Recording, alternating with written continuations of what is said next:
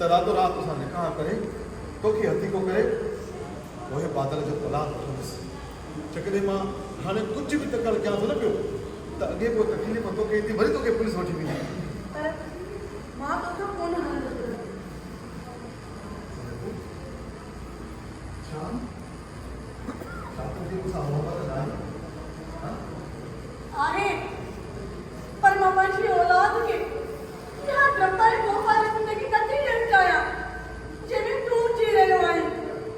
मां ड्रपा खौफ़ वारी ज़िंदगी कोन पियो जियां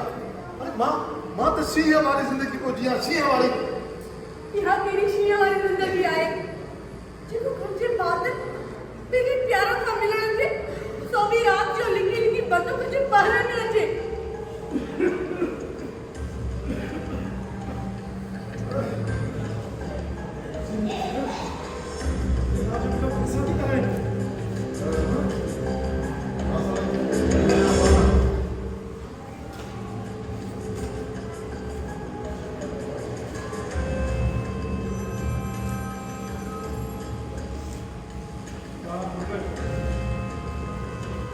मुझे घर जी आदत या मुझे खुद से खुद कुछ है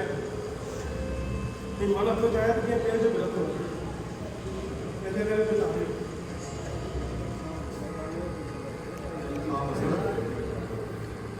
मां वञा थो पर वरी वापसि मोटी ईंदुसि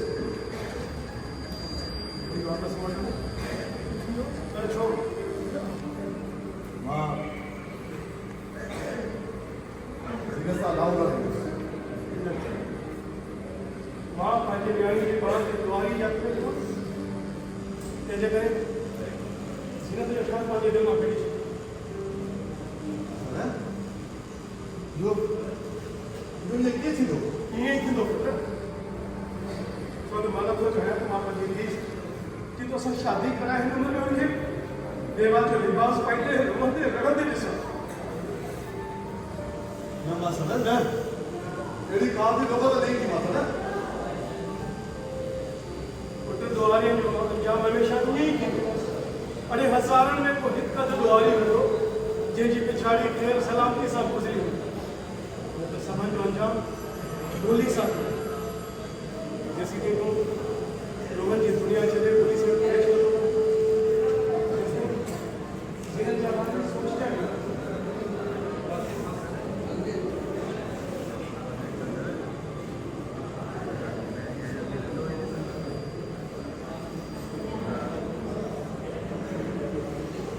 ठीकु आहे मसइलो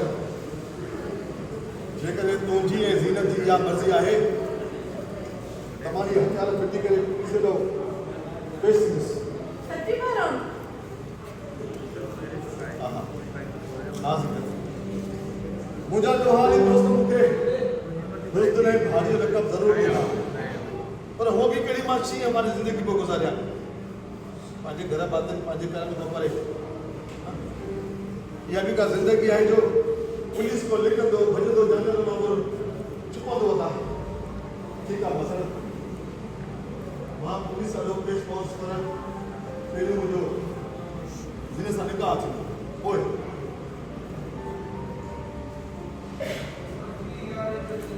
ठीकु आहे मूंखे कमु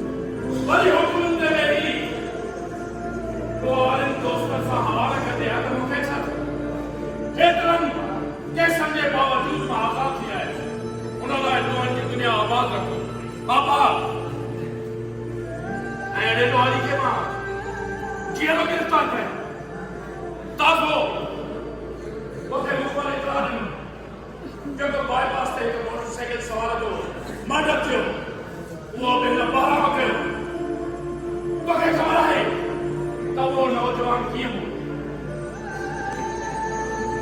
उनखे 5 सालनि जी न्याणी हुई जेका मोटरसाइकिल ते खणी लाॻारा में वई त हिननि कंहिं गिरोह उनजो घेराव करे हुनखे त मोटरसाइकिल तां लही पियो उहो वेचारो लही पियो पर जेका हुनजी न्याणी 5 सालनि जी बुखार में टकी रही हुई उनखे मां तुंहिंजी मोटरसाइकिल तां न लॻसि त हिन ज़ालिम हुनखे चमा दबाए करी ऐं हुनजे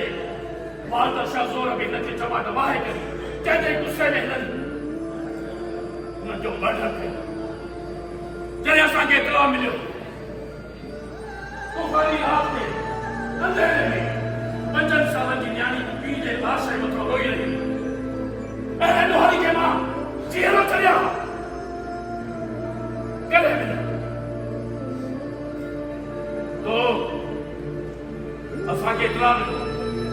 उन लाइ सिंध गवर्नमेंट तोखे हमेशह सुठा लफ़्ज़ सां यादि रखंदे ऐं ही सूबेदार सरलो तोखे सलाम कंदो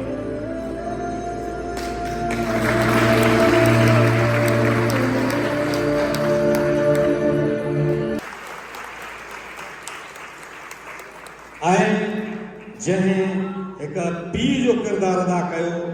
जेके ख़बर बि न हुई पर इन ई वालदेन लोड़ींदा आहिनि इन ई वालदेन खे तकलीफ़ूं ईंदियूं आहिनि जॾहिं हुनजी औलाद ग़लति रस्तो अख़्तियार कंदी आहे ख़ुदा पंहिंजे पीउ माउ जी इज़त ख़ातिर न्याणियुनि जी इज़त ख़ातिर इहे रस्ता छॾे ॾिजनि महिनत मज़दूरी कजे उहा वधीक भली आहे छो त ॾोहारे जो अंजाम इहो थींदो आहे जेको असां ॾेखारियूं पर हीउ जेको स्टेज ड्रामो आहे इन मां ख़बर पवंदी आहे त हीउ अदाकार कहिड़ो फ़नकार आहे उन कहिड़े फ़न जो मुज़ाहिरो करे थो ऐं जिते कट बि न थींदी आहे पर उनजी परफॉर्मेंस उते ई ज़ाहिर थींदी आहे अॼु असीं हिननि फ़नकारनि खे ॾिसी ॾाढी ख़ुशी थी त असांजा सिंधी फ़नकार टैलेंटेड आहिनि ऐं बग़ैर रिकॉर्डिंग जे सुठी परफॉर्मेंस कंदा तव्हां सभिनी जी वॾी महिरबानी।